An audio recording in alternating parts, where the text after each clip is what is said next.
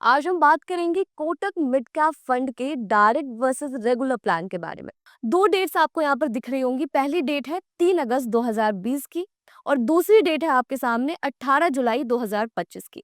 वैसे में देख लेते हैं कि 3 अगस्त 2020 को रेगुलर और डायरेक्ट की एनएवी क्या थी इस फंड की।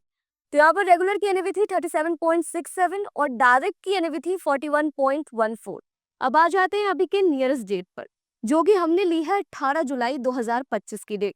यहाँ पर रेगुलर की एनएवी है 136.49 और डायरेक्ट की एनएवी है 157.99।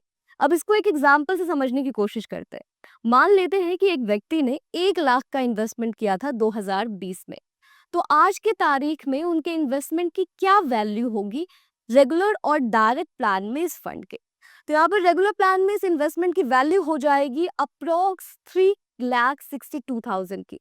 वही दूसरी तरफ डायरेक्ट प्लान में इस इन्वेस्टमेंट की वैल्यू हो जाएगी अप्रोक्स 3,83,000 की।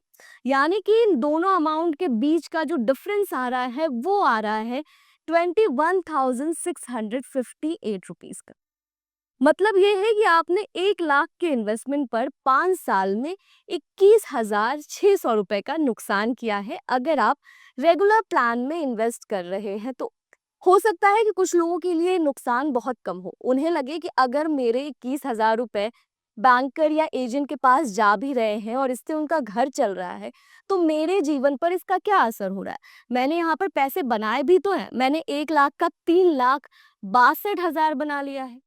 लेकिन यहाँ पर समझने वाली बात ये है कि यहाँ बात सिर्फ 1 लाख के ही इन्वेस्टमेंट की हो रही है और टाइम पीरियड भी बस 5 साल का लिया गया है।